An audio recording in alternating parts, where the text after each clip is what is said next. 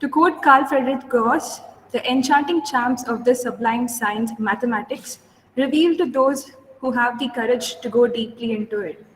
Welcome to the second day of this three-day webinar series brought to you by the Department of Mathematics. Today we have on the panel to speak about higher studies, research in mathematics and IIT JAM, our very own alumni of the department, Ms. Shanula Smita Sequeira, Ms. Ritu Marable, Mr. Joswin Lasrado, and Mr. Shashank. On the behalf of the department, I take this privilege to extend you all a hearty welcome. We also have with us today a very special guest, one of the most renowned mathematics professors in the city, former associate professor of our department, and one of my favorite teachers in mathematics, Dr. John Shera. A very warm welcome to you, sir. Thank you. Thank you. May I now request, sir, to address our students and share with us a few words of advice. Thank you for giving this opportunity especially. Good evening to you all students. Dear students, when you all finished your 10th standard, you had to take a decision whether to go for arts, commerce or science. Now as you finish your 12th, second PUC, you again have to make a decision. Which arts, BCom, BA or BSc. You have made that decision that you are coming for BSc and now take a decision once again in taking your core subjects, which majors you must take. We can only tell you about our experience, but final decision must be yours. I can give my experience and that's why I'm here now. According to the new education policy, you have to take only 2 core subjects or maybe like majors.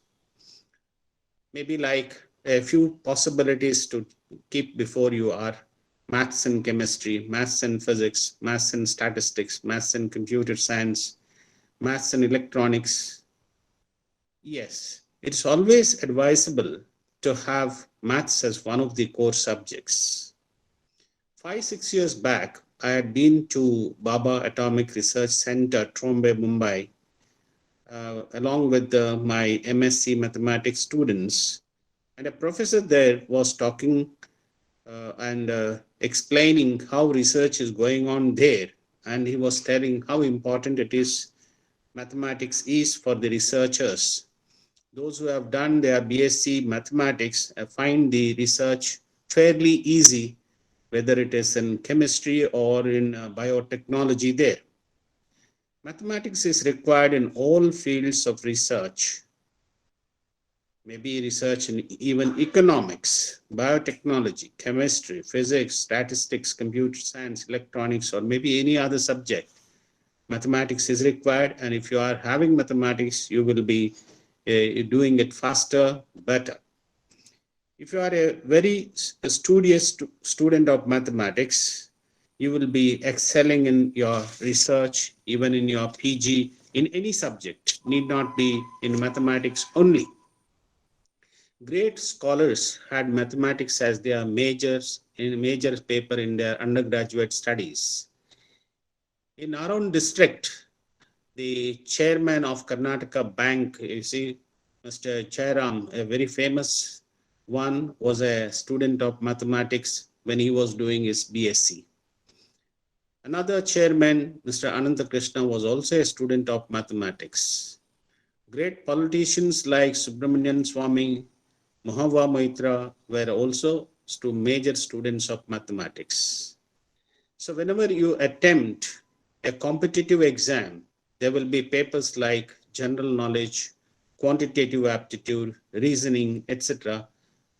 A mathematics student will have an edge over other students, as quantitative aptitude is a mathematics paper, and most of the topics in reasoning are also topics which are digestible by mathematics students.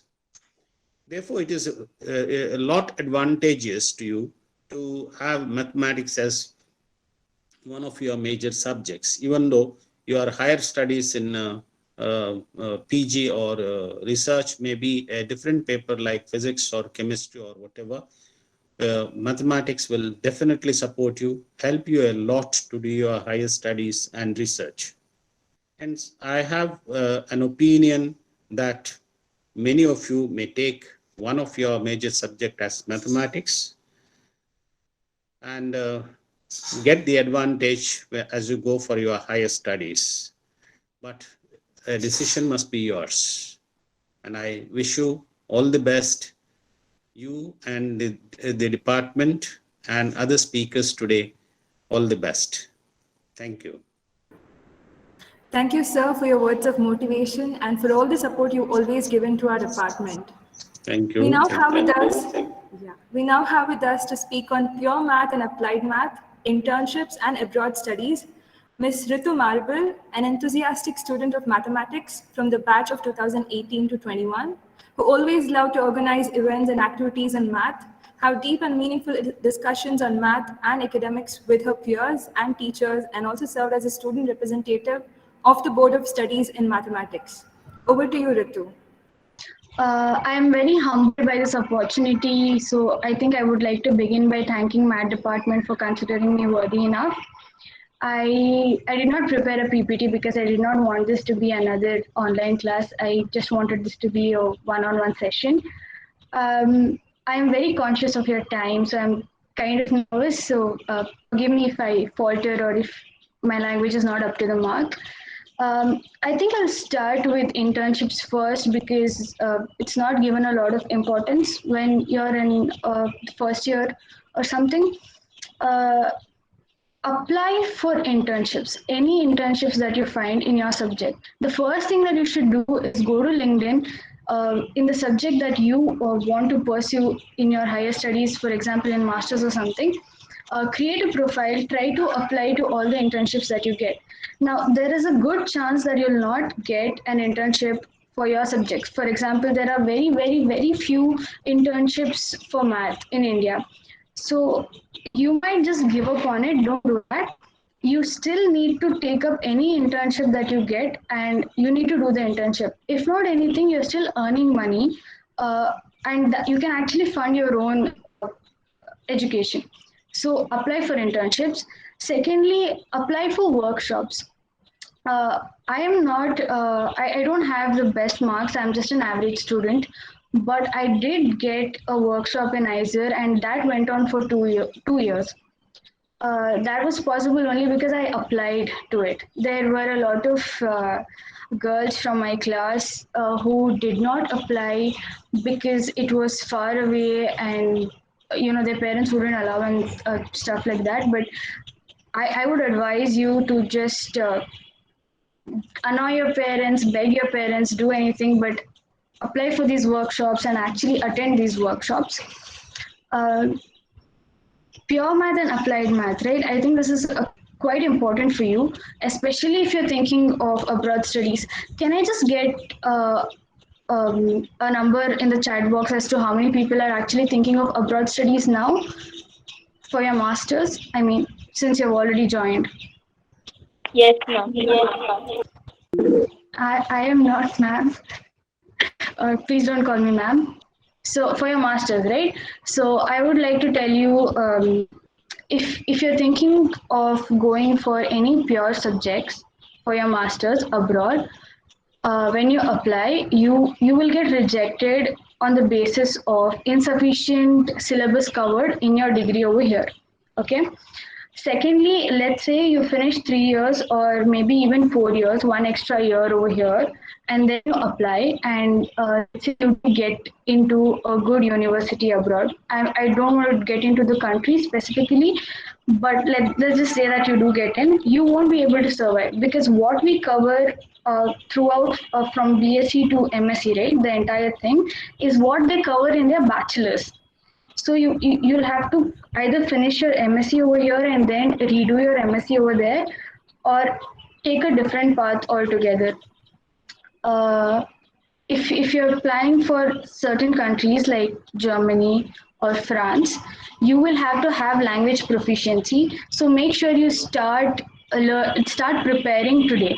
So it's like you need to have a minimum of B1 or something. There will be specifications, right? So you need to you'll have to have it, or you cannot go to a lot of, you'll not have a lot of options in front of you. Uh, okay, pure and applied math, right? So if you're thinking of pure math or actually pure science right now, you need to know your path.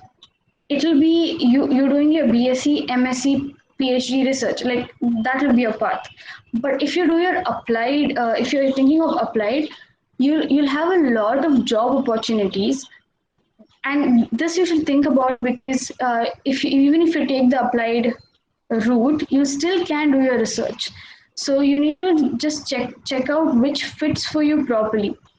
And if you're going to take math, I would suggest you to learn computer science like from today. Like pick a computer language and master it. I'm not just talking about like take something basic and just know the basic and be like, okay, I just know this. No, master it actually, because that if you're thinking of applied math, or if you will think about applied math in your third year, it will be too late for you.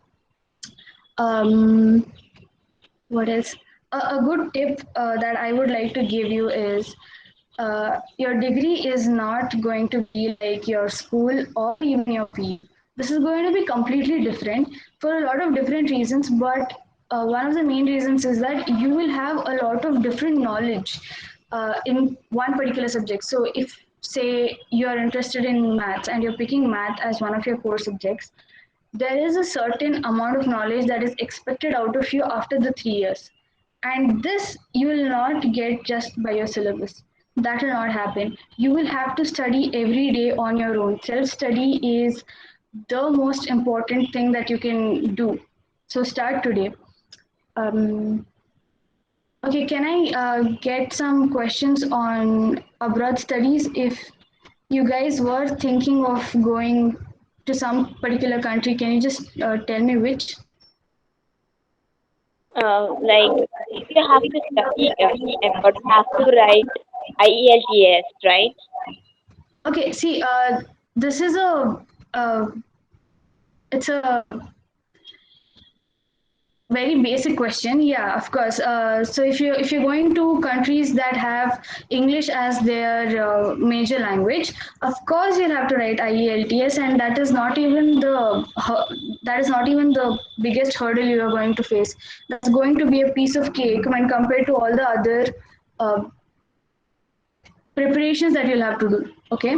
So if you're thinking of some place like Canada or something, of course you'll have to write IELTS, but we are actually, Indians are actually quite good with their English. So IELTS is not going to be a problem for you. Can I have some other question? Sakshi here is For asking if UPH there is a exams, country that provides free education. Sorry, ma'am. Can you please? She's asking if there is any country that offers free education. So, a lot of European countries provide free education, but there is a very important information that we miss. If you, for example, if you pick Germany and you know German, that will be a free education. I mean, they're going to provide free education in that particular language. So you'll have to know your German completely. This is for bachelors, okay? In Germany, for your masters, it is free. Now, when I say free, I mean that there is no fees for the course as such, because it's a public university, right? It's funded by the government. But, however, you will still need money for your stay and food and etc, and that will come up to, for I know this for Germany, that will come up to 800 to 900 euros. Okay, so it's 800 to 900 euros per month, so it's still a lot of money. You'll have to show that much in your account, blocked account. So when you say free, it's like if you compare Canada and European countries where they're providing free education, so there will be a lot of difference. You will save a lot of money. But when it's just told free, it's not exactly completely free, right? You'll still have to pay for your stay, you'll still have to pay for your food. Can I have another question? When we apply for like abroad universities, and like we are selected by some university, and do we have like, is it like important for us to like accommodate like the hostel like the school, university hostel, or like can we accommodate our own? How is it? Okay, there is so there is no such thing as hostel or something exactly. So you'll get your university, right? So there will be a lot of time for you in between. You will have to kind of connect with the people who are already there through Facebook, through a lot of different media. Actually, it's a hassle. It's definitely a hassle. You will have to find a place over there before you go there, or you can also go there. There will be these places, right? Like student hostels for a day or two, where you can stay. You can go like place hunting, and then you can shift. Is that okay? Did you get my point? Yes, yes. Okay.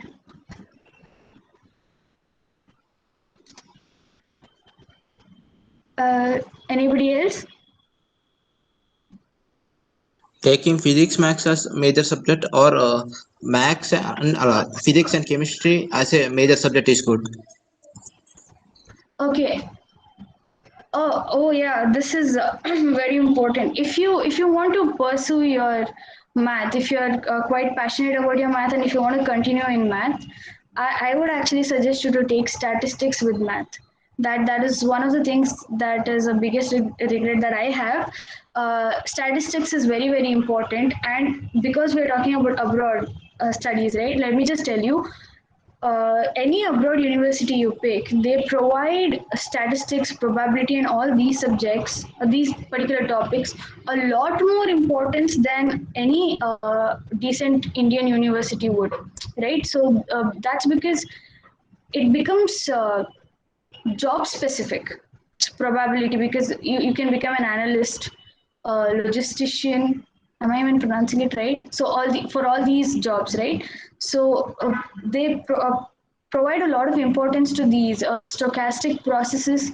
So you need to like take your statistics. You need to know your statistics. You need to know your computer science if you're thinking of going abroad. Or if you want to do your pure math, and if you want to have your physics and math together, that is also fine. It depends on what No, subject I want to you. go with physics field. If you want to go with physics field, I cannot exactly suggest to you what you should be taking or not. But physics and math, I think it's a good combination. What about computers? Like which other majors are we like is really suitable with computer? Actually, for any STEM field, right? You need computer science. You need to know your Python. That's you need to know at least Python. That's what a person suggested for us. We had a talk. He was a scientist, I think, and he told us it's never too late to start. So start your Python. You should know at least your Python for any STEM subjects. Is that okay? Yes, yes. Oh, for your computer science, actually, you can pick math and economics, or you can pick math and statistics. Okay. Ritu, can you hear us? Yeah, ma'am. I just got disconnected. Yeah, there was one more about the combination statistics and computer science here. You think it would be ideal to take statistics and computer science? Alicia, is that what you asked? Uh, I would suggest all of you to first think about what kind of job you would want to do in the future. Okay, so based on that, you will understand exactly what subjects you would need for your bachelor's, as well as what particular subject you will have to pick for your master's as well. Okay, so you'll have to think about what you will want to work as. Okay, so if you want to take something like applied math or something, yeah, you should think about computer science and statistics with it, because it will be a major upper hand for you when compared to the other students, right? Are you guys getting my point? Like you need to think about the job first. Or if you're thinking about something like a research field, I don't think this matters that much, because you'll still have your math. So the other two subjects will not matter much. But if you're thinking of math, you'll have to take your statistics with your math. Like what subjects are we supposed to take if you want to become a web developer? I'm so sorry, I have absolutely no knowledge on that. Do your own research, right? You can go on Google and one of the best tricks that I can tell you guys is you have this subject in mind and you have all these doubts regarding that subject, right? So go to LinkedIn, find people who have exactly done what you want to do or what you have in mind. Okay. So text them or try to get in contact with them and try to get information from them if that course is good or not. This is especially handy if you're thinking of abroad studies, right? So after your bachelor's, if you're thinking of some job specific master degree, right? Something like international project management or something like that, that time you would definitely want to know the job opportunities, or is it even worth it, should I do it now? So that time you this trick is very very important. You need to find people who have already completed it. Okay, and that will happen on LinkedIn. You need to go find those people, talk to them, and you will get a different perspective on it, and it's very important. Okay, anything else? Like the economics, what we study here, like for doing an Uh-huh. MBA outside, is it important? You need to know this. The economics we study here, the syllabus does not exactly match their bachelor's. If you want, you can Google it and check it. Their syllabus for economics and stuff. I don't exactly know what is the requirements. Okay, let's say you want to go to Canada, right? And you have your eye on the specific university. What you will do is you will write emails to them on all your questions. Okay, and maybe you'll get the answer, maybe you'll not get the answer, but volume is the key. Write emails to a lot of universities, so one or two universities will respond. Another trick is you need to like go to their website, check their syllabus, so you'll understand if your syllabus is enough to actually go for the masters. Like I said, if you apply for your masters in any pure science like physics or maths or chemistry for your master degree, you'll not even get in. You'll not even get in. Like the first thing itself will not happen because the syllabus is insufficient. Did I answer your question? Yes, yes. Okay. Okay, any other question? I think students can ask your NEP related questions later to your teachers also, since this is more about mathematics. Okay, thank you so much for your time, Ritu. Thank you, ma'am. Thank you so much. Yeah. We now have with us Mr. Shashank from the batch of 2018 to 21 to speak about MTTS. Shashank secured the All India 1472nd rank in IIT JAM for mathematics this year and has also been selected as the mentor for OFCM camp by MTTS. Over to you, Shashank. Hello, ma'am. Am I audible? Yes, you are. Firstly, I would like to thank Math Department for giving me this opportunity to talk about MTTS. Yeah, I'll present my screen and I'll off my video because I have network issues here. I want to talk about MTTS. Firstly, what is MTTS? It's Mathematics Training and Talent Search Program. So, as the name suggests, this program organizes few camps for undergraduate and even postgraduate students, and even they organize training camps for lecturers. And yeah, now who started it? It was actually a brainchild of Professor S. Kumarasan. He is a retired professor of University of Hyderabad.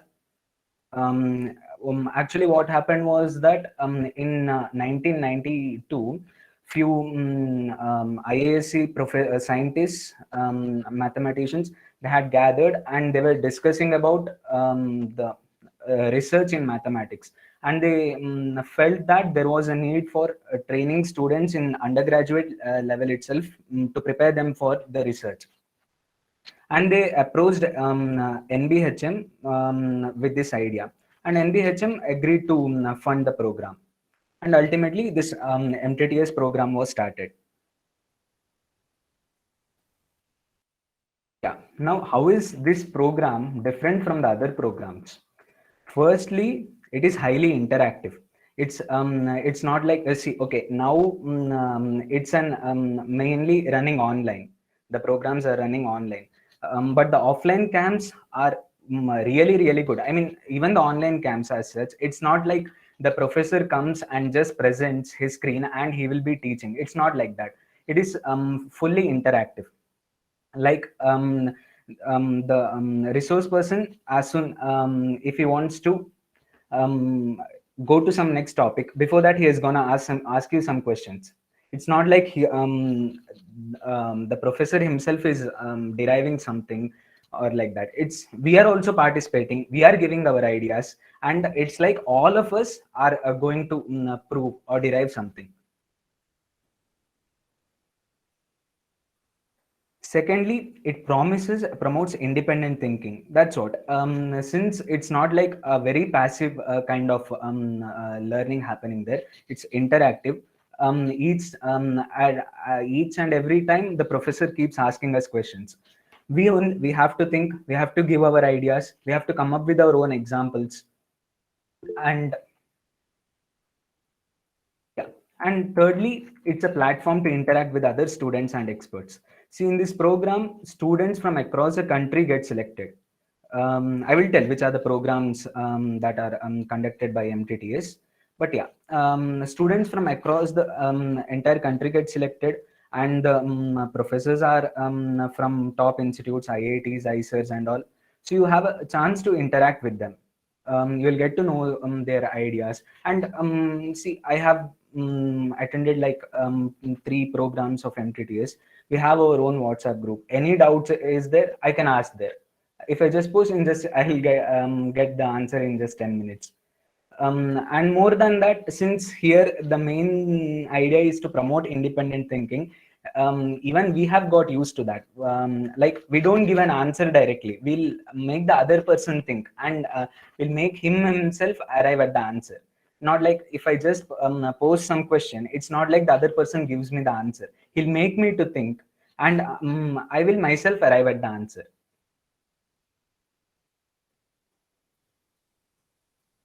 So yeah, the programs which are offered by MTTS. Firstly, it's the OFCM program. The full form is Online Foundation Course in Mathematics. And yeah, it was started last year because of this COVID. As they couldn't conduct offline camps, they went for this online camp. And it is, you can apply for this program during your second year. And actually, this program is running right now. It started last week, and even and it's going on. It will be there up till 10th of October. Yeah, you can watch this live streaming also. It's there in YouTube. I'll tell you about that. Yeah, firstly, this program, it's about foundations in mathematics. See, in your PU and all, I'm pretty sure that you have learned that mathematical reasoning subject, set theory, relations, functions, etc. But in that, you might have that mathematical reasoning, and all most of us leave it. Oh, it's nothing. It's kind of like English, only that side. It'll be. It's not too much interesting. But in this program, they teach you that, but initially you may not appreciate it to that extent. Even I didn't appreciate it to that extent, but slowly you will see that after you start learning more of higher mathematics, this is like really useful. Shashank, Yeah, ma'am. sorry to interrupt. Very sorry to interrupt. Yes, ma'am. I think you have presented on presentation mode, so we can't see the slides, the exact slide that you're presenting. Could you please go back to the homepage of PPT? Yeah, we can see the slide now. Okay, yeah. Yeah, you can continue now. Thank you. Yes, ma'am.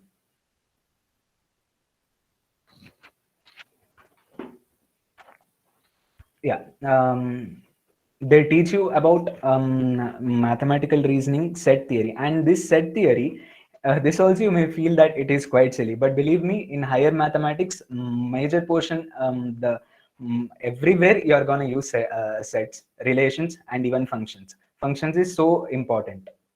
You may not realize it. Oh, that is simple and all. You may feel it, but having a strong grip in this functions, relations, and set theory will help you a lot in higher mathematics. And the second program is mini MTTS program, but I am not sure whether this will happen anytime soon, because this was an offline. This used to run offline during October, November. I mean, it used to run throughout the year actually. It was a 7-day or a 7 to 10 days camp. But recently, because of this COVID, these camps are not running anymore. And instead of that, we have that OFCM camp. And MTTS level O. This you can apply after your second year. As soon as your second year gets over, that is during that summer, you can apply for this program. Level 1 camp you can apply after your third year, and level 2 during your after your first year of MSc. And coming to this selection procedure, it's compared to internships and all, there isn't like, it's not so much difficult. Just mainly they see your marks, your SSLC, your PU, and your BSc marks, the first year and second year BSc marks, and then it's a recommendation from the lecturer. That's it. If you have really good marks, then there are high chances that you will get selected. And for this OFCM camp, this year there are 3 students from Aloysius, and yeah, I'm mentoring 2 of them. Then for this MTTS level O, usually 2 students from a college will be selected. And but if they feel that students are really good, then they may select 3 also. Then level 1 also 2 students usually, but whoever have got selected to this level O, if they apply for level 1, it's almost sure that they'll get selected. And even if you get selected for OFCM, it's almost sure that you'll get selected for level O, and so on. And suppose all of you, actually you should try to get apply for this and get selected for this. But suppose even if you miss, it's not like they won't select you because you didn't attend OFCM. It's not like they won't select you for MTTS level. They will select if they find you to be good. And even if you miss OFCM level O also, even then there is a chance that you can get selected for level 1. And similarly, even for level 2, there are chances that you can get selected even if you didn't participate in any of these levels. But my suggestion is that try to apply for this OFCM in the beginning itself.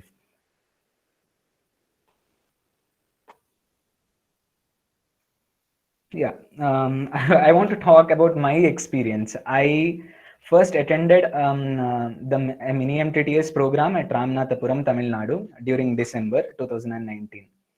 It was this was the first time I was going like far away and staying there and studying. But initially I was like, I don't know what I'm going to do. But it was such a nice experience interacting with so many students. But in this camp, since it was this is kind of like a regional based camps, so the students were from Tamil Nadu, Karnataka, Andhra, Madhya Pradesh, and Kerala. So it was not from all over India, but still there were so many new students, and I got to know about, mainly I got to know about their culture. I got to know how their education runs there. Then it was a very good interaction with those students. It was for around 7-8 days, but I really enjoyed it. And at the end, they even took us for Rameshwaram. Even that was really nice. Then yeah, that was the only offline camp I could attend. The next camp I attended was MTTS level O, and that was online. This was really nice. I mean, mini MTTS Ramanathapuram as such, I really appreciated it, but still I couldn't feel that much this. But when I attended MTTS level O and after it got over, when I combined this mini MTTS and MTTS level O, I was like, oh, so much has changed. I mean, see now at this stage, you're in your first year, right? many results you will feel like, oh, this is obvious. There is an We will take it for granted. But here, even those things you will try to prove, and it's not like it looks so difficult. Initially, you may feel, oh, what is there? Why do you have to prove these things and all? But even if something is obvious, you have to prove it in mathematics. But initially, yeah, you will feel like, why do you have to do it? But later on, you will see that you will really enjoy that process. And yeah, then I attended MTTS level 1 also.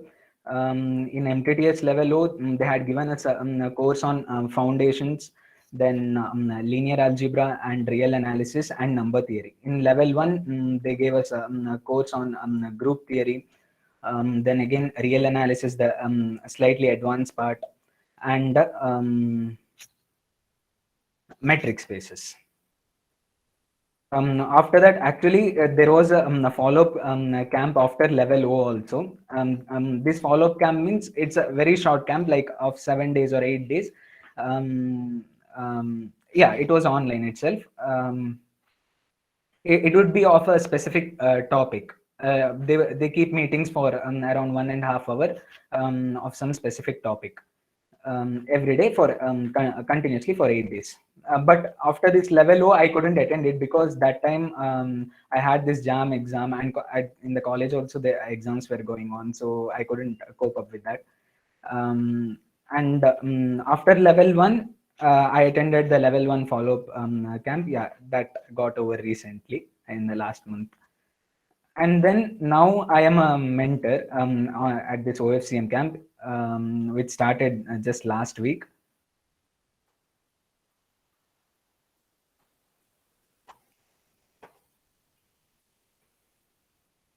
And before that, I want to tell something different from the usual classrooms, what you observe in MTTS. It's like it's not the only teaching is happening. Like there will be a meeting for around 1 hour 15 minutes, and after that there will be a discussion session where for about 45 minutes, where you get to discuss with your friends whatever the professor has covered during that 1 hour 15 minutes. He will since the now it's going on online, right? They have created their portal, and they'll upload the transcript there. During the discussion session, we go through the transcript, we come up with our own doubts, we create our own examples, and it's really fun for those 45 minutes. More than the class, you'll enjoy the discussion session with other students. Yeah, now I want to share with you quite a few links about firstly, yeah, S. Kumarsan, whom I mentioned in the beginning, S. Kumarsan sir's YouTube channel. Yeah, this is the link of that YouTube channel. He has published around 200 videos on various topics. And actually, I would recommend you to start watching this because there is he has uploaded like 7 to 8 videos on foundations. It's better that you start watching it. You will start enjoying his way of teaching. It's totally different. Firstly, these lectures, it will be like you will be thinking along with him. It's not like he'll be doing it, but you will also be thinking along with him. Even though he's just teaching in YouTube, it'll be kind of like interactive. He'll be asking that whether you understood and all, even though he's just talking to the screen, but it feels like he's asking with you itself. And thirdly, Kumar Sen sir's teaching way is very much unique. Like in usual textbooks and all, you will find that a theorem is there and there is a proof. But it's when you read the textbook, it's just like as sir says, it's just an accountant's job. You're just reading the proofs. You're not working anything on your own. What is the main part? You have to discover the proof. How did a person who first gave that proof, how would he have approached that? That's what Kumar Sen sir teaches. Initially, yeah, first few videos if you watch, it is just like him teaching, but later, even if you adopt it to yourself, slowly, even any other proof if you come across, you will also start thinking like that. Sir keeps saying that MTTS and his lectures, it is like a slow poison. Once you start thinking in that way, you will continue that. You will not even know, but you will be continuing to think in that way. You won't be just like reading a proof and all. You will start. You will think how this proof would have been arrived, etc.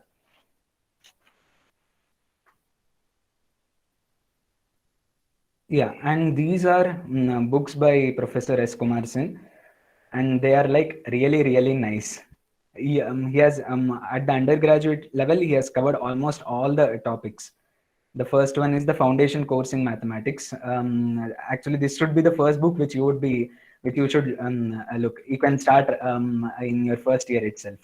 And you can watch his videos and you can go through, you can look into this book. It will go hand in hand very nicely. And this is a book on algebra by G. Santanam. He's the current head of MTTS, and he was a colleague of Professor S. Kumar Sen. And this is Group Theory with Sage Math by Ajit Sir and Vikas Bist. Fourth one is again Linear Algebra, a Geometric Approach by S. Kumar Sen. This book I really liked. You will enjoy learning linear algebra. Linear algebra, initially you will feel that it's, if you read some other books, you'll feel just like it's a normal algebra kind of. But here, if you see, you will see that it's a, almost like a generalization of geometry. There is so much geometric concepts involved, and you will really enjoy. The fifth one is you should actually follow the above linear algebra book by Professor S. Kumar Sen with this book, Linear Algebra Vikas Bist, slightly advanced one. Then it's a book on real analysis by Kumar Sen sir, and you should follow this book with topology of metric spaces.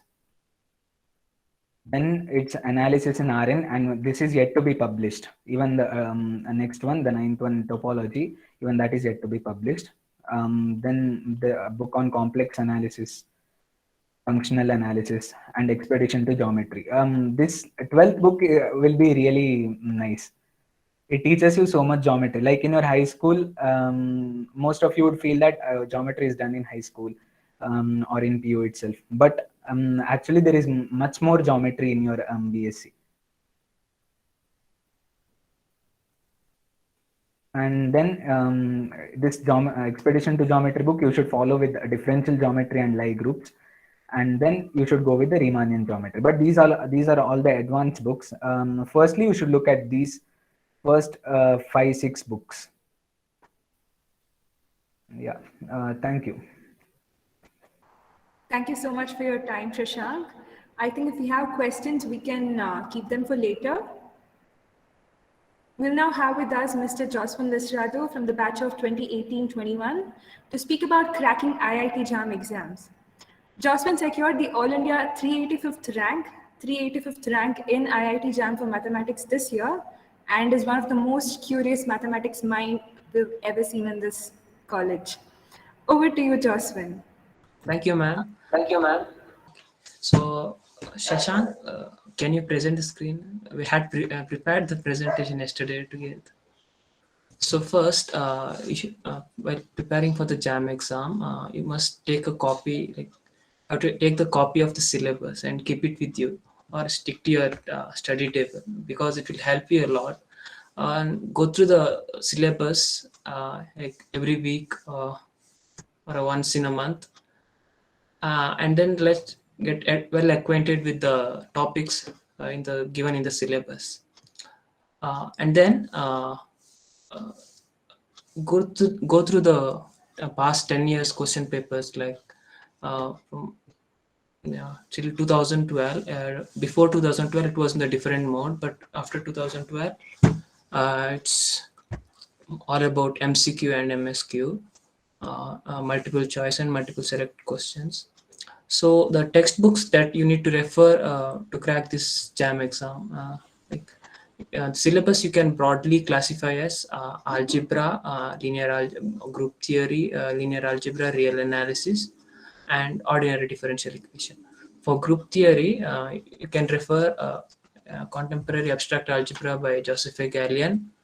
It's a 0th level book. You can't find a book below, like that's a 0th level book you can find for group theory. And the next slightly higher would be the Abstract Algebra by David S. Dummett and Richard Foote.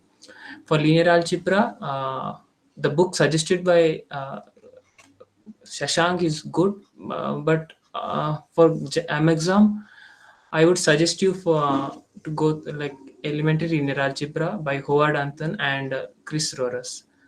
For advanced books are the second and third books are slightly advanced, and the third book, third one is that's a problem book. You should solve as much as problems to crack this JAM exam. Like only the theory doesn't help you. Go to the next slide. Yeah, the differential equation. The first one will be ordinary and partial differential equation by Rising-Ania. The second one, it's more about theory. Theory on differential equation by George F. Simmons.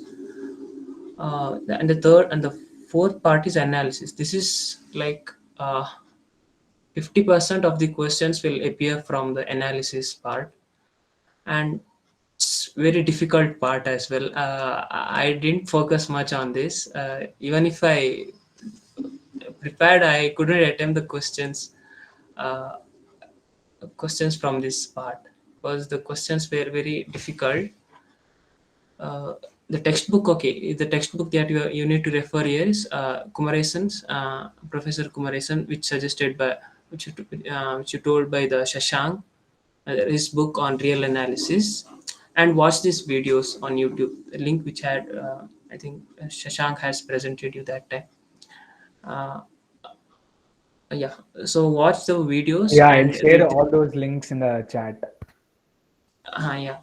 Yeah, that would be sufficient. The theory would be very much. Then for solving the problems, the third book, which had Problems in Analysis by W.J. Kagzer. There are 3 volumes. All of them are available in UG Library of LSUS. You can go through them. And multivariable calculus, and integral calculus. I have to refer Thomas Calculus. Even this book is available in library. These many books you have to refer for the JAM exam, and also that Berkeley Problems in Mathematics. That's a book. You can find it in internet. You can download as a PDF. It's available. Go to the next slide. Okay, in the 1 month or 2 months before the exam, better you take the test series. You will know like how much you have prepared and how you can manage the time in the exams. The test series will be provided by the DIPS Academy. DIPS Academy, coming to DIPS Academy, it's a best coaching center, but I have never taken not taken the coaching. But if you're planning for a coaching, then I would suggest for a DIPS Academy. And also, as Ritu said, you need to do lots of self-study because the syllabus of this huge math syllabus is not sufficient for you to crack JAM exam. You have to do lots of self-study. That's all. If you have any questions, that's all. Ma'am, can I please quickly tell them about NPTEL and Coursera? Yes, Hello? Ritu, yes. Go ahead. So since you're in your first year, I would suggest you to take up courses on NPTEL, Coursera, and edX. NPTEL is actually, I think, renamed as Swayam. It's really nice because you'll have a proper course, like you'll have like 4 weeks or 8 weeks, 4 weeks to 8 weeks in between that, and then you'll have an exam on it. So it's very nice. Please do at least like two or three from NPTEL or Coursera. Okay, if you don't have instant questions, students, you can keep them for later in case you have any. Thank you so much for your time, Josephine. We'll now have with us to speak about research, Ms. Shanola Sequeira, a former student of BSc in our department. She completed a master's in mathematics in Pondicherry University and is currently pursuing research in the Indian Institute of Technology, Hyderabad. She also taught me in my master's for a brief period of time and is one of my favorite lecturers in mathematics. Over to you, ma'am. Thank you, Shaila. Am I audible? Yes, ma'am. Please Yes, let me know. Am I audible? ma'am. Yes, ma'am. You're on. So I think these students have already told you what you have to do and what you have not to do. I'll just start with what if you take maths. So how if you want to pursue your research, so how you have to prepare yourself at your UG level.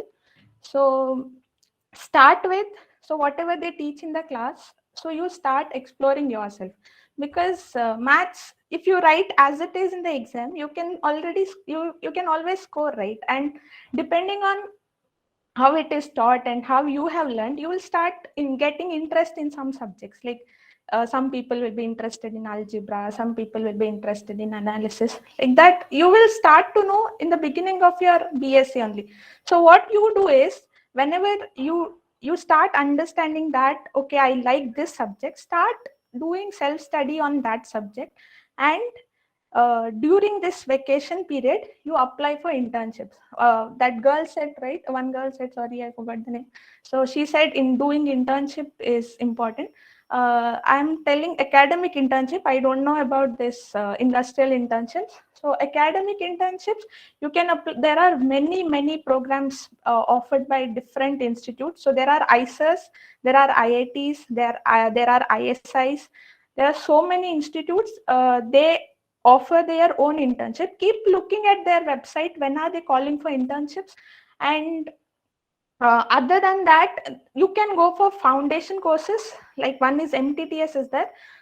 There is one annual foundation schools. It is a joint course conducted by NCM and so it's IIT Bombay and NCM. So uh, so you see those things, and they are you go and attend them.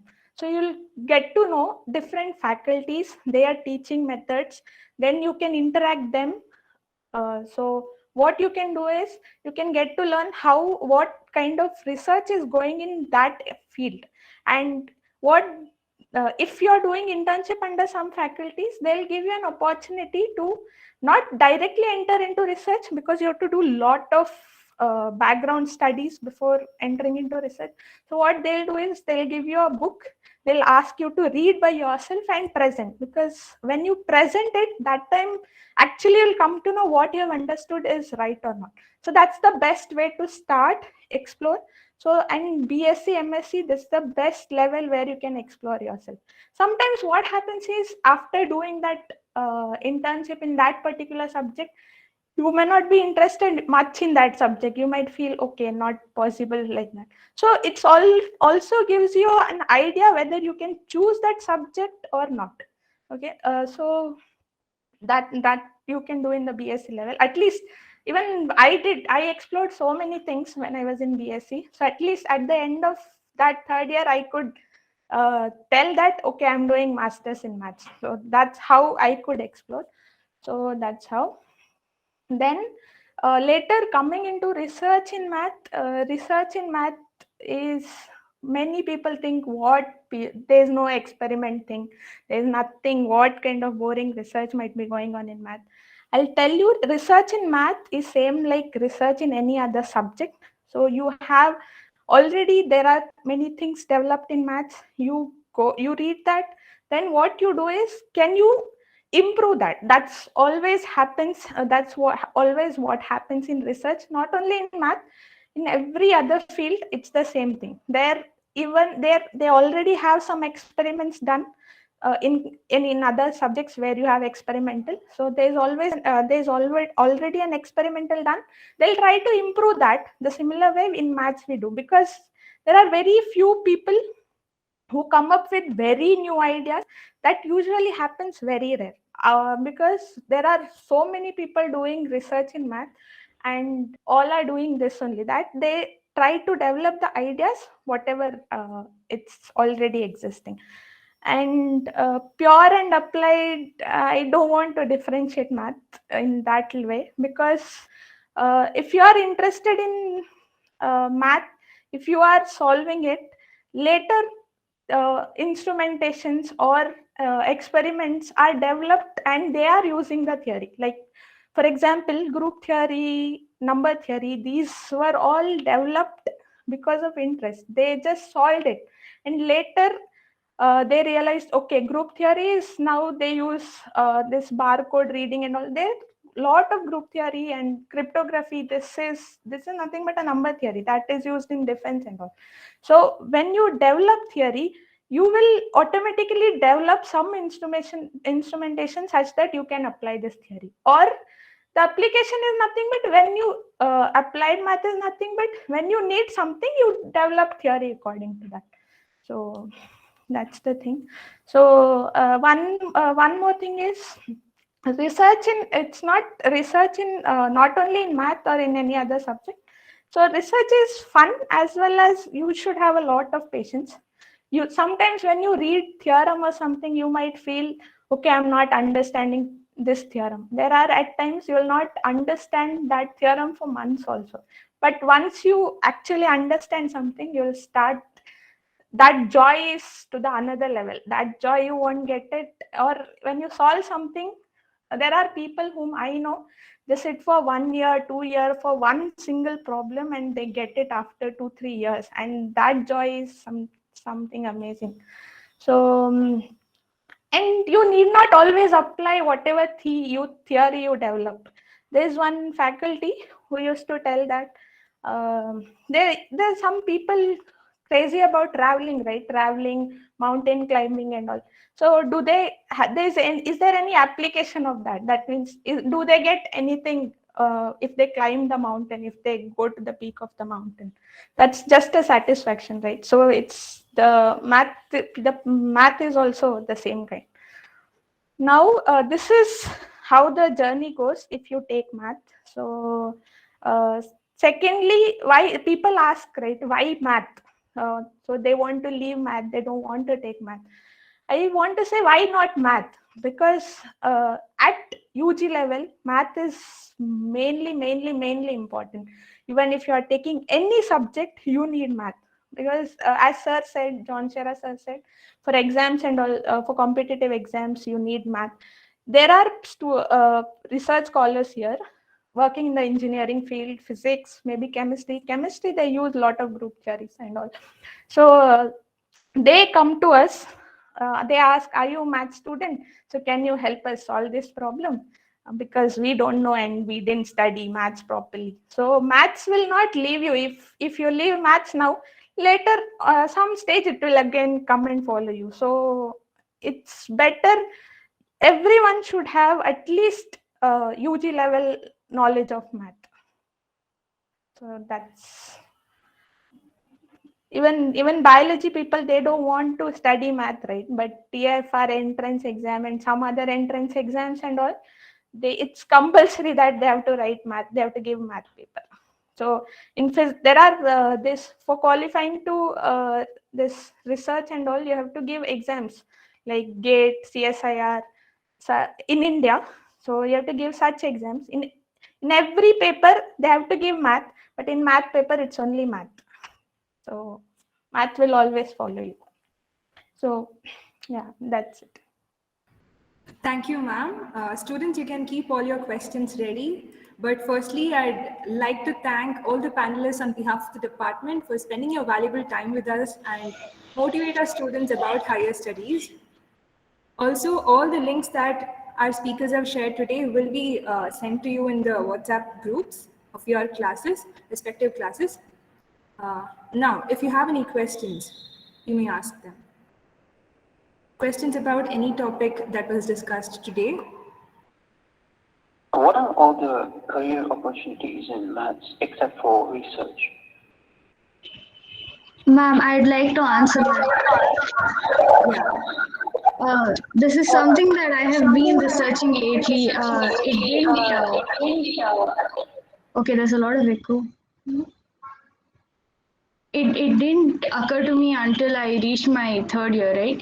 So when you take pure math, it'll look like you have only research or teaching, and that is very true. But there are a lot of job opportunities as well.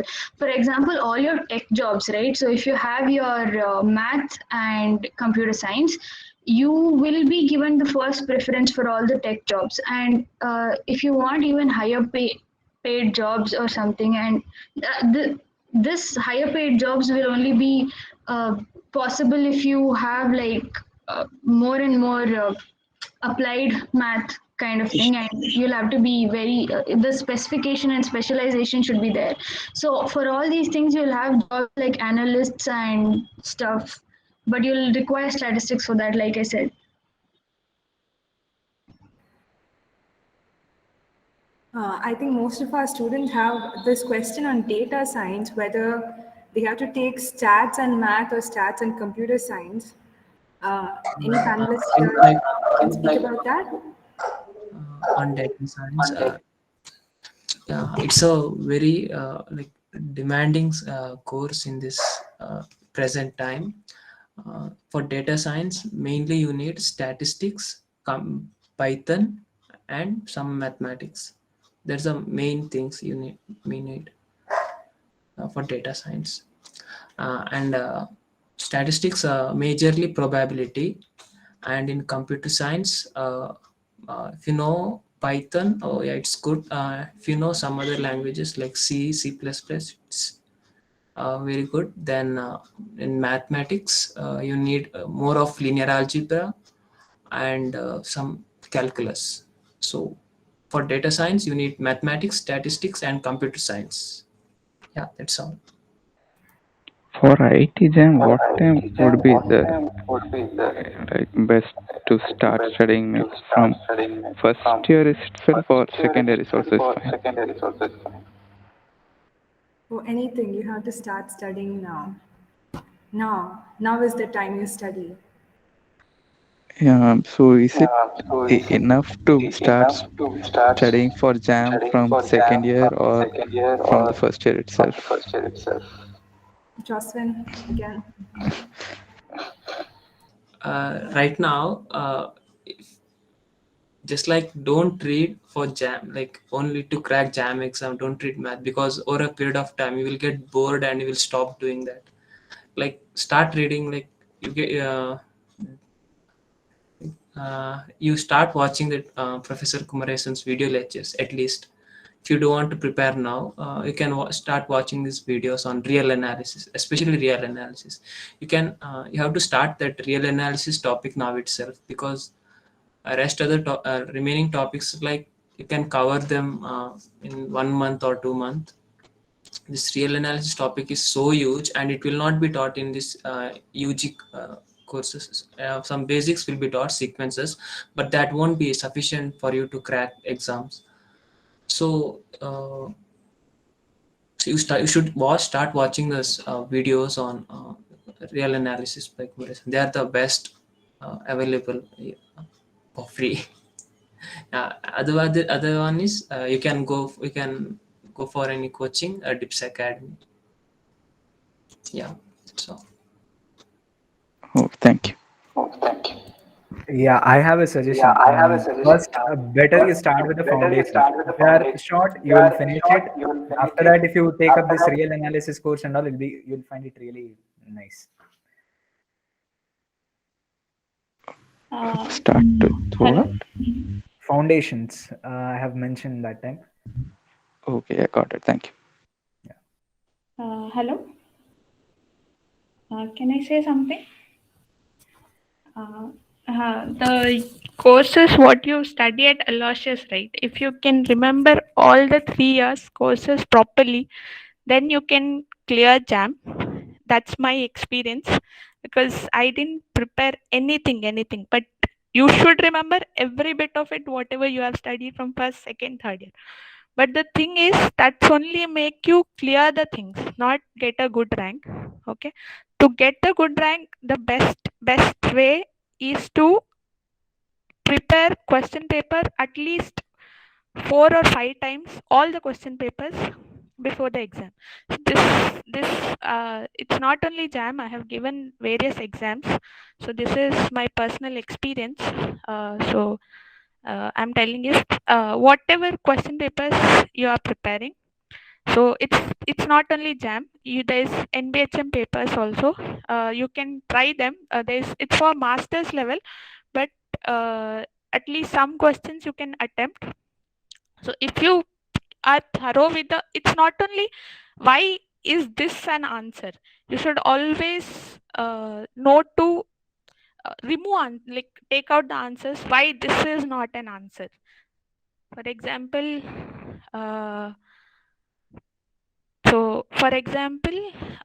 if there is some I think you have studied continuity. So if some function is continuous, so there will be some characteristics of continuous function, right? So why this is not applicable here, this is not applicable here, hence this function is not continuous, so it is not in this category. So you should know to do that. If you are able to do that, then you can really crack the exam with good ranks. Thank you, ma'am. Also, I think Jocelyn, Shashank, and Ritu will be glad to hear that this time under NEP, the updated syllabus has a whole chapter of real analysis with Bolzano-Weierstrass theorem right in your second semester. The current syllabus under NEP is updated to cater the IIT JAM syllabus also. Students, any other questions? All the links will be shared later.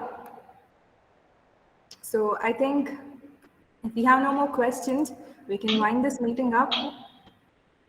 Thank you everybody for your time. Thank you, ma'am. Thank you, ma'am. Thank you again, Ritu, Shashank, Joswin, Chanula, ma'am. Thank you, ma'am. Thank you, Shaila. Thank you, ma'am.